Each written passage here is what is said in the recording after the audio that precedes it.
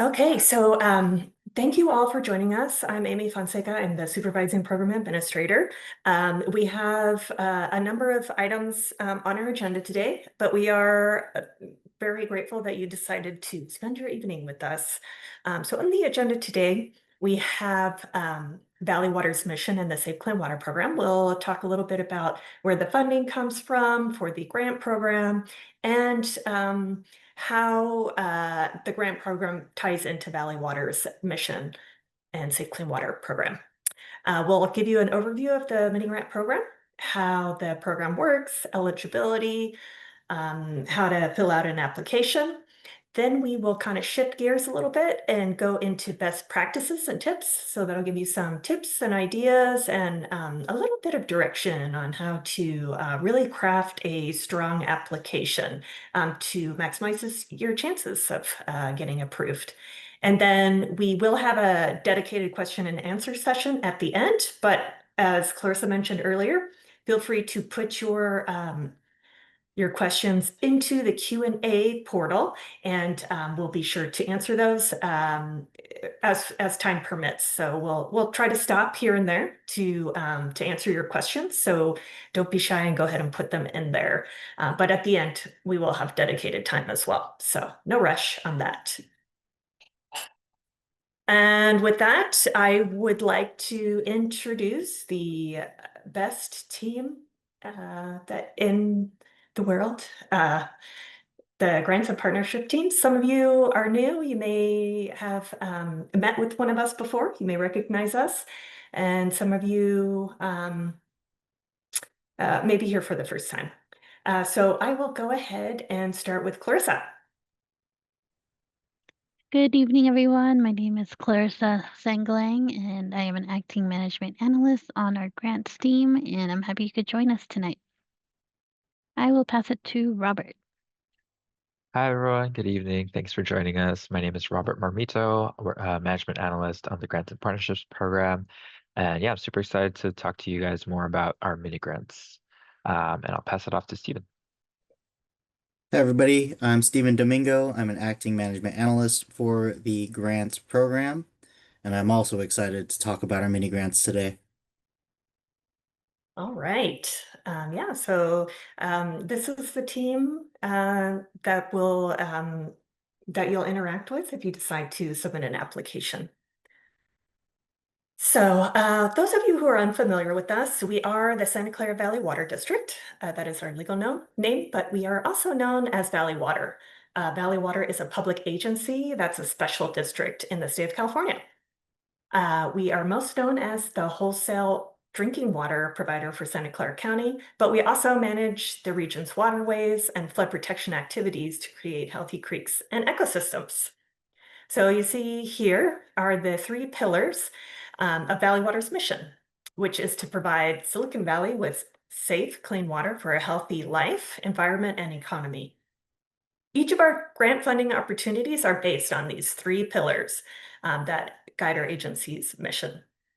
Again, those pillars are clean, reliable water, flood protection, and healthy ecosystems. So you'll see this quite a bit in the presentation because it is how we're funded. So we want to support those goals. We do have multiple grant opportunities. We won't get into all of these today, but you see they vary. We have our standard grants, which is our competitive grants. There is currently information coming soon about the funding amounts, but we do have a 1.4 million per fiscal year to distribute for the standard grants. There are 5-year agreement terms and 3-year agreement terms. It really depends on which opportunity you're applying for, which grant type.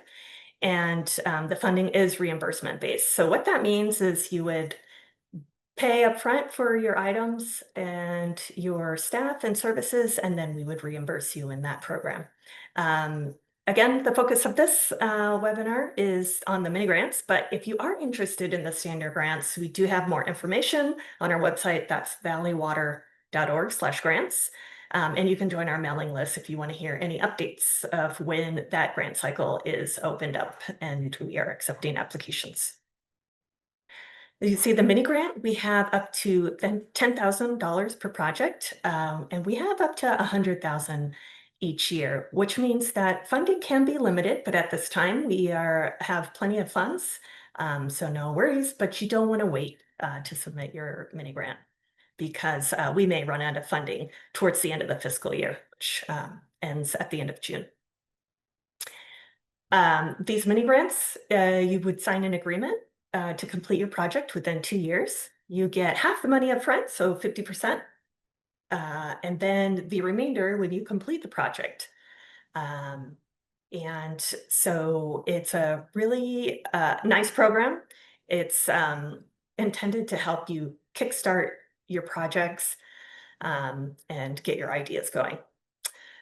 Lastly, we have the refill station grants. So these are our water bottle filling station grants.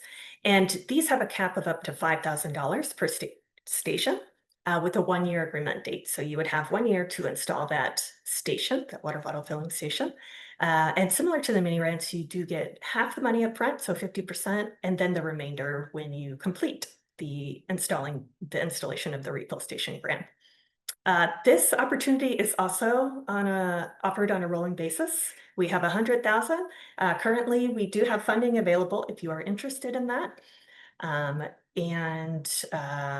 That information, again, will be on our website, so baileywater.org/grants.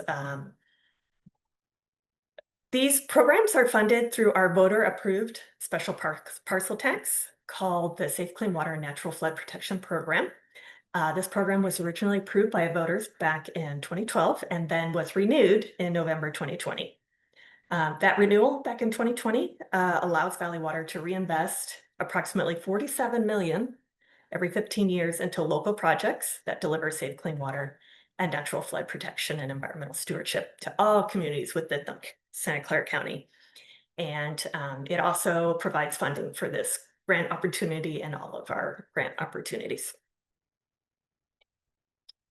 All right, so with that, I will go ahead and pass it off to Stephen. Thanks, Amy. So before we dive into the details of our mini grant program, we would like to share a brief description of what the program is.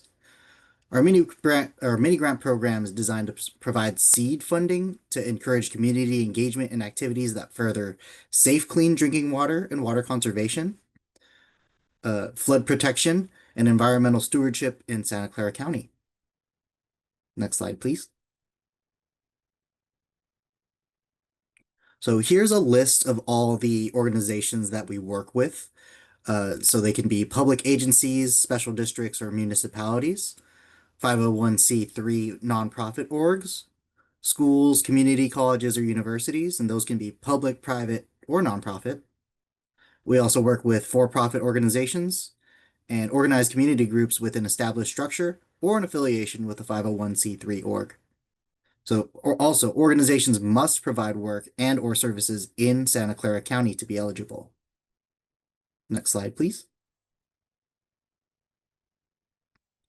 Eligible projects must have a strong connection to safe, clean drinking water, flood protection, and environmental stewardship.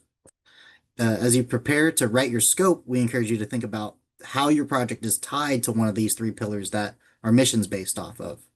So we have some examples here.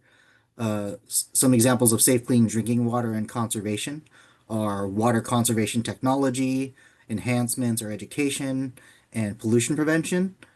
Some examples of flood protection is cleanup of creek blockages and flood preparedness or outreach activities.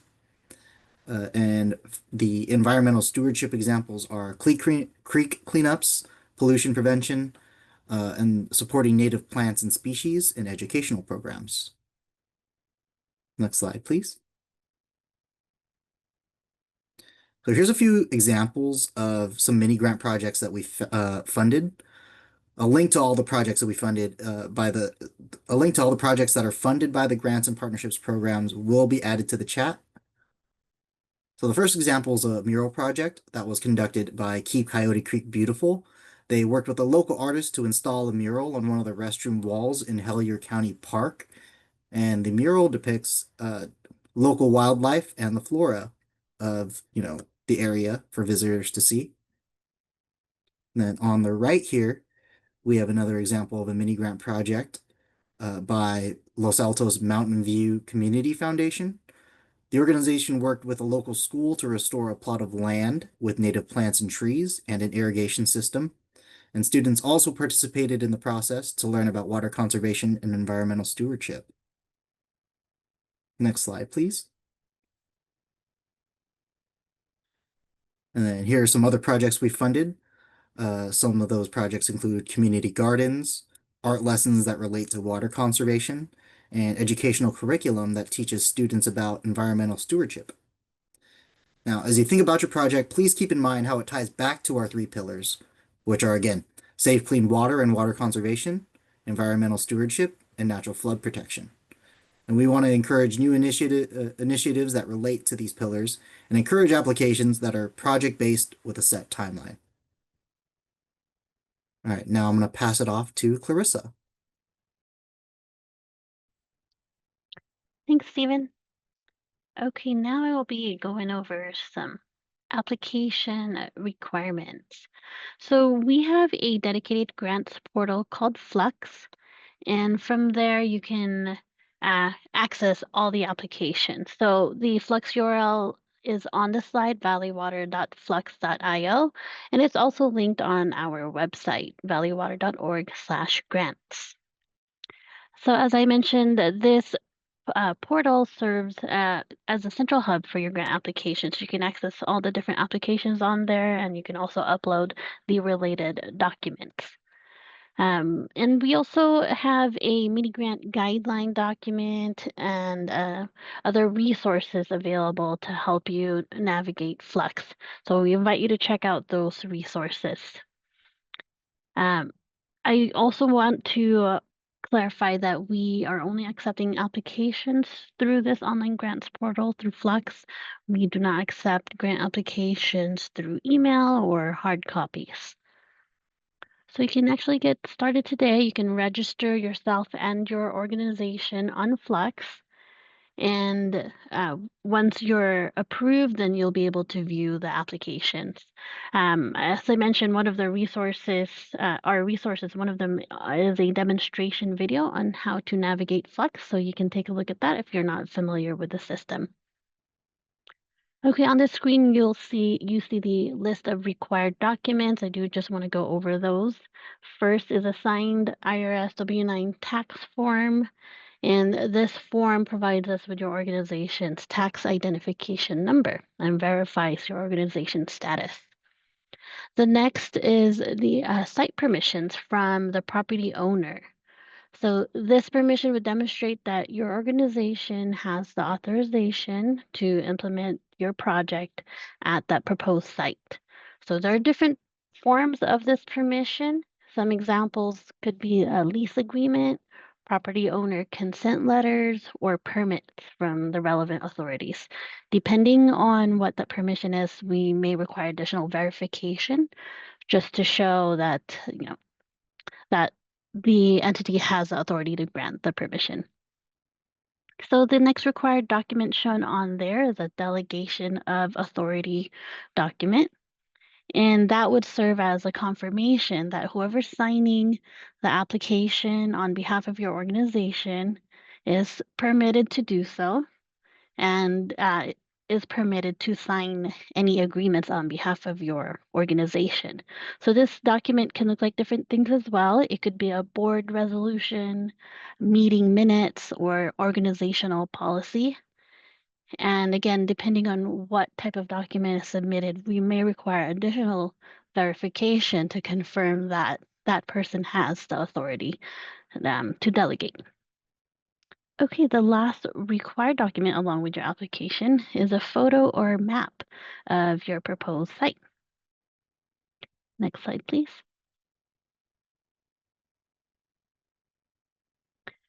All right, so this is a high-level overview of the application process and timeline, and I'll go into more detail on the next slide. But the very first step is to check our website. It's valleywater.org/grants. and I put the link in the chat. So step 1, you can check our website and review the eligibility requirements and look at all the resources and see if any of our grant funding opportunities would fit with your organization or your proposed project. Step 2 would be to go to Flux and register yourself and your organization. That way you can view the application and see the question and information required. And step 3 would be to apply. You can fill out the online application on Flux, upload your required documents, and hit submit. After you submit, then grant staff can review your application and may reach out to you for feedback or questions. Next slide, please. Okay, here's a little more detail about that process. So once you submit your application on Flux, grant staff will review it. And if we have any questions or we need any clarification, we'll reach out to you. Simultaneously, we will submit your proposal to our CEQA staff for an environmental review. So I will give more information on that at a later slide. But that step just ensures compliance with the California Environmental Quality Act. So after your application is selected for funding, that could typically take 4 to 6 weeks. But after you get a notification that you are awarded, we will work closely with you to draft the agreement, possibly make revisions to the scope or the budget, and finalize the agreement. During this time, we may request some insurance documentation, and I will touch on that more later. One thing to note is during this process of drafting and executing the agreement, you may not start the project activities. So they can only begin once we've executed the agreement, meaning both parties have signed the agreement. So after we've executed the agreement, it would be the invoicing, and we would release 50% of the funds upfront, as Amy said, and then you can conduct your project activities. And once you're done, you would then submit a final report, and our team will review it, and upon approval, release the remaining 50% of the funds. So throughout this whole process, we do strive to ensure a smooth process, and we do want to support you throughout. So please feel free to reach out to grant staff for any questions or clarification or any of the steps. All right, next slide. Okay, so I mentioned insurance and CEQA. For each project, we do require that they be insured for the entire term of the agreement. And we do need all insurance documents before we can execute the agreements. And this just ensures that the necessary coverage is in place and provides the necessary protection for both parties involved. But a great thing is that insurance costs can now be included in your project budget. So for insurance requirements, we typically require general liability coverage, auto liability, and workers' compensation. We do understand that there are different types of projects and different activities that could require, different insurance needs. So we do aim to work collaboratively with you to either modify or waive those insurance requirements, but that is on a case-by-case basis as needed. Okay, so in addition to insurance coverage, Valley Water is required to comply with the California Environmental Quality Act, or CEQA. And as a public agency, we do need to have a CEQA review for all projects, including grants projects. Fortunately, we do have our internal environmental planning unit that handles this CEQA review. So you as applicants would not need to have this completed at the time of application. But as part of this CEQA review process, our environmental planning unit staff may have questions about your project, so we will uh, work with that staff and you as an applicant to get the necessary information for their review. Um, Only a CEQA planner can determine the CEQA review, so we just aim to work collaboratively and try to get the process going. All right, next slide, please. Okay, so we strongly encourage you to just take the next step and apply for funding through our grant programs. Again, you can start today by creating an account on Flux, and you can register yourself and your organization. And I mentioned our resources, so we do have our resource page, valleywater.org/grant-resources. On there, we have that Flux demonstration video, our frequently asked questions, mini grant guidelines, and lots of useful resources. And as always, you can um, reach out to us, and you can even schedule a meeting one-on-one through Calendly. And we do have our contact information at the end of this slide, so we'll be sure to send you our contact information. And that wraps it up for me. So I'm gonna pass this on to Robert. Awesome. Thanks, Clarissa. All right, so now as we head into the second part of this uh, presentation, we're going to be talking about how to maximize your mini grant application and share some best practices and tips when it comes to creating your scope and your budget. Next slide, please. All right, so before we get started with that, just a quick overview on what the scope and budget is. So the scope outlines three important things about your project. The scope identifies your project's objectives and deliverables. It defines the key tasks and milestones, and it also highlights the project's purpose and impact. And again, like it also ties into, explains how it ties into Valley Water's mission. Your budget, on the other hand, is the summary of the major expense categories and the funding sources that ensure success to completing your project. So that could include anything between like cash expenses and in-kind contributions. And we'll see how these two are connected in a few slides. Next slide, please.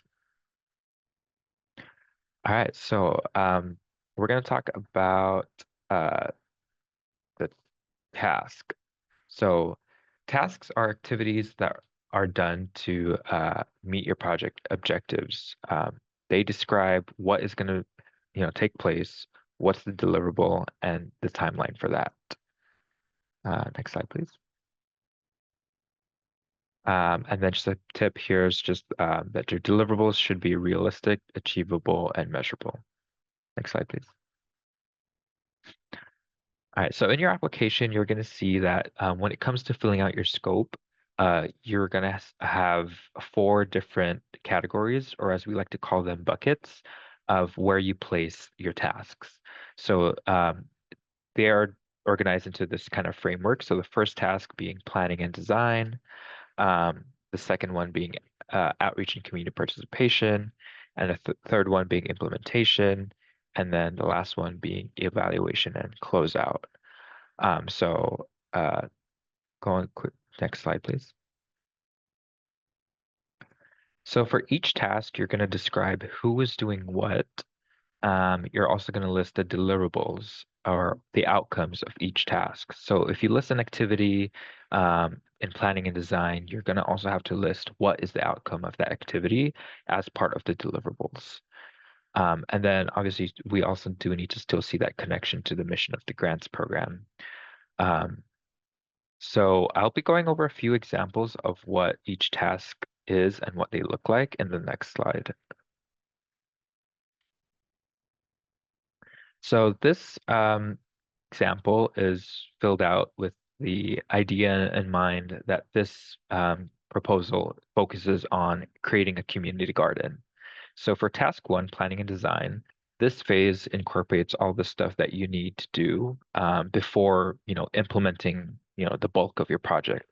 So an example task of, that could look like staff will conduct site surveys to conduct soil health and retrieve any necessary permits. Or you could also, come up with like designs of like the garden, um, create like a supply list, material list, things like that. So anything that relates to planning and design, you're going to write it into your task. As a deliverable, you're going to come up with, the outcomes of the activities that you listed. So if you say that you're going to conduct site surveys, a deliverable would be a copy of those survey results. And then other deliverables in this task could include like photos, copies of the permits, draft designs of like the garden, things like that. For the second task, that one relates to outreach and community participation. So this focuses on how you will engage the community, how will you promote your project and get participation. Especially if you're working with like volunteers or you're recruiting for like a workshop or a student program. These are the type of activities that we want to see, like of how you will like get those participants. So for the example of this community garden project, an example of outreach community participation would be staff and volunteers organizing workshops, publishing social media posts to promote the project, and maybe like garner some like volunteers to sign up. And so key deliverables of that would be, copies of the workshop presentation, the links to the social media posts, and then the metrics, like how many participants, came to these workshops, how many like clicks that they did with the social media posts, or views, things like that. And then the third task refers to implementation. And so when we say implementation, this means like putting, all the things that you did in planning design into action. So this is like the bulk of the project. So in this community garden example, a example task would be staff and volunteers building and raising the garden beds to prepare soil planting. And then this example, we also went a step further and included some specific details, such as, they're going to be planting like 30 species of native plants. And so deliverables of that would be, photos of like the before and after, how the garden beds look like, the native plant list, the number of garden beds, and the number of participants that were engaged in these, work days. And then lastly, you have your evaluation and closeout. So this is, this comes out after, the event is held. These are more like just measuring success of the project. So, an example task would be like conducting a survey to assess community satisfaction of the usage of the garden, or like getting any type of feedback, or gauging like any type of educational like value that people might have gotten out of participating in this project. And so deliverables would be survey results. And of course, we also do have a final project fact sheet, which is pretty standard across all of our mini grants, especially for task 4. So that's already written in there for you on your application. Next slide, please. All right, so that pretty much sums up like, the scope, all the different tasks and deliverables that go into each bucket. Now we kind of want to move over to the budget and how that relates to your scope. So in your application, you're going to see this table where you fill out all the zeros that you see here. So the column that says grantee contribution, you're going to fill out the values that your organization or the funding sources that you're receiving will go into each task here. So planning design, if you're contributing like $500, whether it be volunteer work or staff work, or you're like coming out of your own like organizational budget, you'll list that down there. And then it's up to you however you want to distribute the grant request. But just know that the limit is $10,000, up to $10,000 that you could request for a mini grant. Next slide, please. All right, and then as you prepare your scope and budget, it's important to keep in mind some of the do's and don'ts that are required for a mini grant program. So we specifically require that projects do not contain any type of advocacy, lobbying efforts, or any other political component. We also don't recommend that. We do recommend that deliverables must be realistic, achievable, and demonstratable. And we also do recommend that projects must be accessible by the public. And as mentioned earlier, insurance costs, those could be included in the budget, but again, they may be waived on a case-by-case basis, depending on the assessment from our risk unit. The budget costs that you list must be project-based. We don't, typically fund things like ongoing operations or maintenance, things like rent or like the utilities, things like that. And we do encourage you to provide any type of permission letter, emails, or documentations of support in your application, because that would definitely be helpful early on. Right. And then, of course, if there's any questions that you guys have regarding, drafting your scope and budget, staff is here to help. So in the Calendly link, you will be able to schedule a meeting with us. We could go over, some of the questions you have.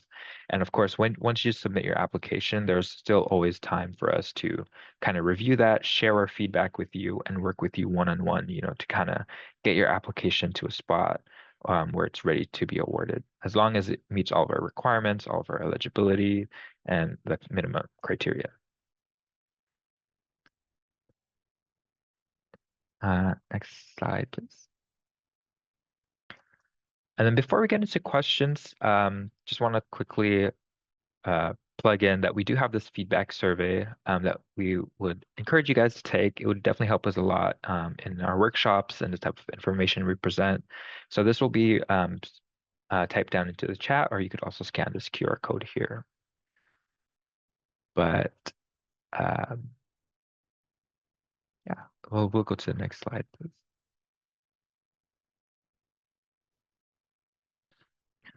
All right, and then also really quickly, we do have another year-round grant opportunity that Valley Water offers, and that is our Refill Station Grant Program. So this program is designed to provide funding for the purchase and installation of water bottle refill stations to expand drinking water access throughout Santa Clara County.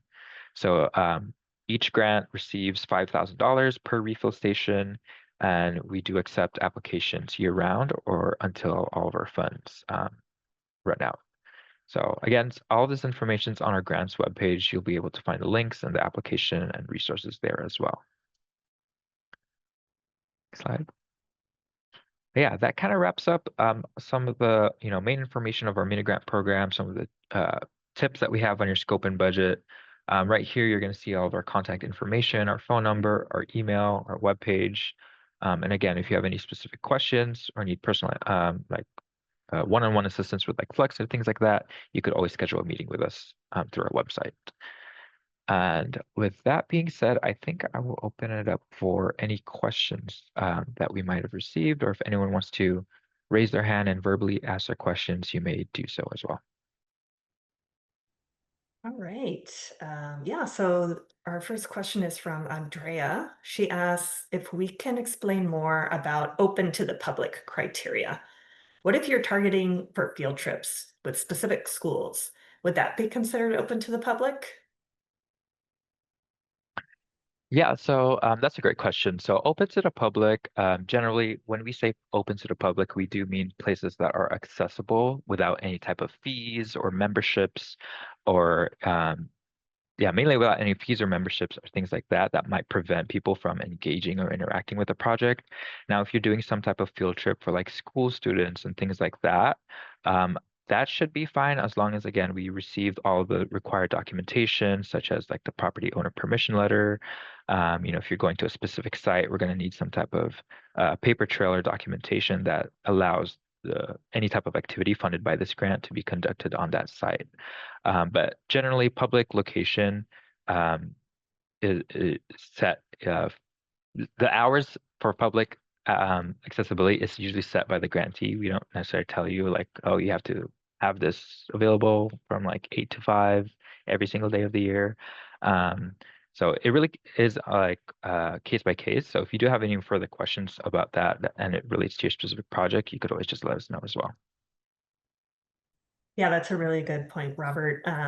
As you mentioned, it's case by case. So in this case, public accessibility really is, like Robert said, there's no barrier to participation. That doesn't mean that you need to let anybody onto your school grounds or into your field trip. Obviously, there are rules against that, but we would be hoping that that field trip would be available to the students free of cost if we're funding it to participate. So hopefully that answers that. And you're always welcome to contact us with questions or schedule a meeting to discuss your specific project ideas. Okay, we have a hand raised, so we'll go ahead from Linda. We'll go ahead and let her speak. So Linda, you should be able to unmute. Yep, I think, can you hear me? Yes. Okay, great. My question is this: I'm a teacher, and this would be about establishing some gardens where native plants where old portables were. What do you mean by the permission category? Like, who do I go for permission? Is it like a principal letter or? Yeah, that's a good question. Thanks, Linda. And yeah, we've worked with few schools on this where they've built community gardens or they do stuff on school property. And typically, depending, how your school is structured, if it's a charter or part of it, like a school district, we do typically look for extra documentation that usually comes from the school district if they are the property owner. And we could always verify that as well. Sometimes they might be leasing it from like the city or a certain like agency, but typically it does come from like the school district, and we do tend to work with a representative from the school district to kind of get that documentation, because we do need that letter saying like, we authorize these a native garden to be or school to garden to be built on this school for the purpose of this grant, and that needs to be signed by an authorized representative on behalf of the school district, not just the principal. So again, we're also going to need that kind of delegation of authority from like the school board, and this usually already exists somewhere. The school board might already have some type of policy that delegates like the superintendent to make these type of decisions to sign off on these type of authorizations. And so, we're more than happy to kind of work with you or the school principal to kind of figure out who that is. But usually there's already some type of policy that's already set in place, or some type of meeting minutes that the school board usually decides on early on in the school year, based on my experience. Great, thanks.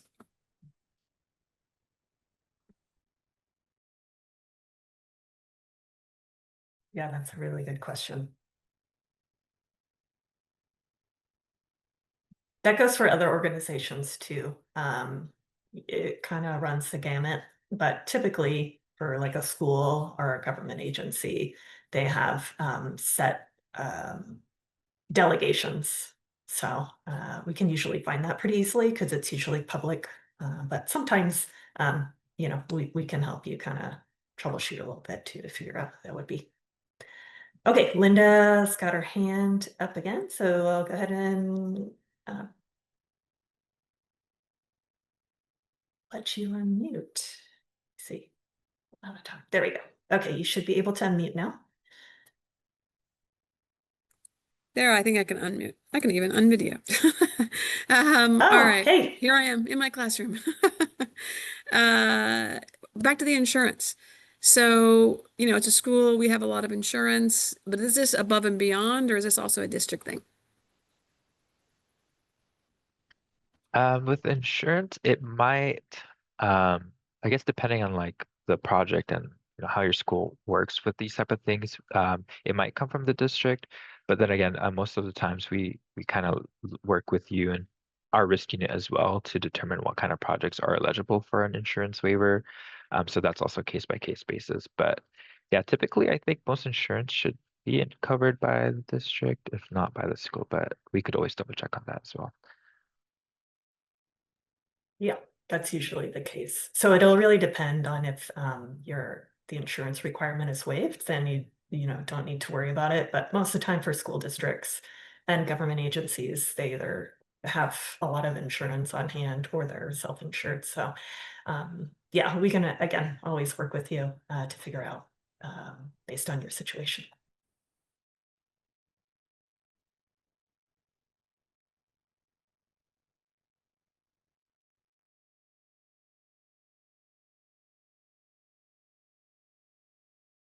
Okay, I'm not seeing any more questions in the Q&A box, but we are in no rush to leave. So if you want to stick around and ask questions or you want to hop off, you're also welcome to do that. So before folks start hopping off, I wanted to thank you all again for spending your evening with us. We do hope that you consider applying. And if you're not sure, or you're on the fence, or you kind of have some ideas knocking around and you want to run those past staff before you start an application, definitely feel free to reach out to us. And that Calendly link is super helpful because then we can meet on Zoom and meet face to face virtually. So it's a really great feature. But yes, like I mentioned, we will be sticking around for a couple more minutes. If anybody has any questions, you're welcome to put them in the Q&A box or raise your hand. Just one more thing to add to, just here's a reminder that this presentation is also recorded, so we'll also be posting it on our webpage as well as our YouTube channel. And then we'll also be sending a follow-up email with all of the links that we talked about. But yeah, we'll most likely have this recording up within, by the end of this week or early next week.